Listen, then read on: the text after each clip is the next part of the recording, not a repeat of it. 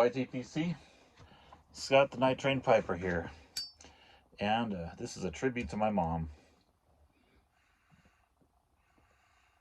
First things first, I'm smoking some Epiphany in a no-name made in Denmark pipe that I got on eBay. Love this little pipe. It's a little tiny thing, but it's just wonderful for a short smoke. So my mom was raised on a farm in Idaho. She's a farmer's daughter. And Swedish background. The Swedes came over her side of the family, I don't know when, sometime in the 1700s, I think. 1800s it would have been, I guess. And so they were farmers in Connecticut, and then they moved to Idaho. Very hardworking people. Um, and so her dad was, the breadwinner, obviously, with his farming. They farmed, I think, corn and peas.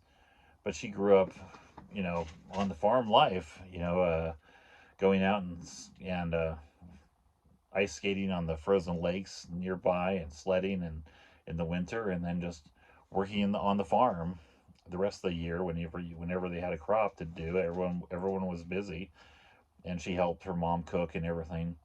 Her dad died when she was 18, and her mom died not long after that. Her dad died of kind of a complication from an injury he'd gotten, and then her mom died of cancer. So, and my mom, they had given her all the tools to survive. She was fine. She's a very hard worker. She went to college. Uh, she did art when she met my dad, and they got married shortly after that. They moved to California, where I was raised. So my mom, growing up, she was true to her background. She was a very hard worker. She worked around the house. We had an incredibly big yard, and she maintained a garden out there like nobody's business, with roses and hydrangeas and you name it. She had it out there. I mean, she was out there gardening all the time. And when she wasn't outside gardening, keeping this incredible garden going that we had in the whole yard, she was inside cleaning, cooking, doing laundry, etc. Just everything under the sun. Um, just work, work, work all the time. And but she's happy about it, and it made her happy. And she also was a big reader. She would read every night before going to bed. She'd have the light on, sitting on the couch, reading either the Bible or one of her books, favorite books. She liked mysteries. P.D. James, I think. So anyhow, there's a couple stories I want to tell about her real quick, though.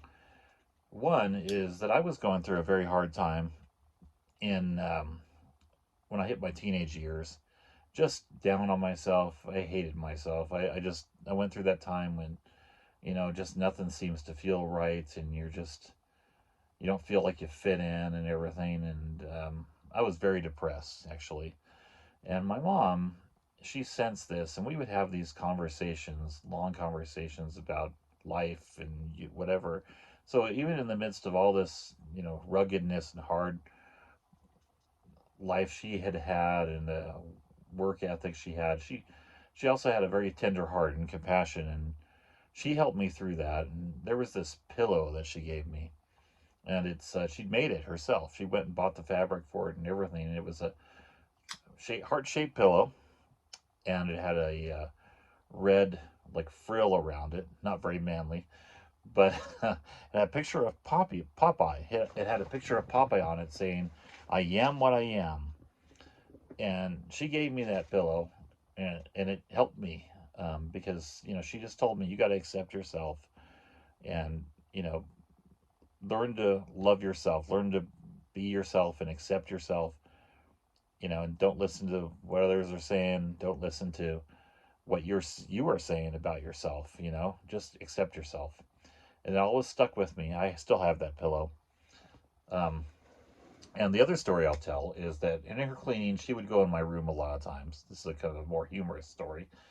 And she would, clean up the dirty laundry, whatever it is, and sweep through and take things out. Whatever she pleased, she would take out and do in the laundry, or she'd clean dishes, whatever, And sometimes, like, I sort of, she'd take things before I was ready to have them go in the laundry, or dishes before I was done with them, whatever. So one time I decided I'm going to get her back.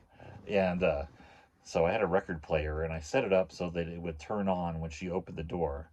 It was by an elaborate system of pulleys, and no, it was just a string and going through eye hooks, I think, or something. But it went across the room, and so if she opened the door, it would pull the record player switch and it would turn it on. And I had the Hawaii Five O theme on on that. It was a 45, and so me and my best friend were out there, and of course I'd cranked up the volume. Me and my best friend were out in the front yard. My window looked out on the front yard. I had it open, and we heard the door open, and we heard the record player go on. We could hear the hum and the arm go across. Then blasted the theme song, da da da da da da. And I think I heard her drop the laundry basket, and I heard Scott. So yeah, but I didn't get in trouble. She had a good humor about it. It was all cool. But yeah, that's kind of mom I had. She was a very hard worker, had a great work ethic, also very smart, very well, very wise, and a good sense of humor. So she's unfortunately not with us anymore. Her last few years were spent battling Alzheimer's, um, and she's gone now. I visited her a lot in those days, up those years leading up to her passing, and it got harder and harder. But my memories of her will always remain bright, and my love for her undying. So I don't have anybody to replace her. She's my mom, and she always will be, and there is nobody else. So, so there you go. That's my tribute to my mom. I hope y'all have a great mom story yourself, and someone in your life at some point who was even a little bit like my mom, or someone to take that role in your life. And if so, do a VR for Carolina Rose. We'd all love to see it, I think. So, uh, with that, I'll say congrats, Carolina Rose, and I hope your GAW goes really well. You get lots of entries and lots more subscribers. All right, I'll talk to y'all later at some point here.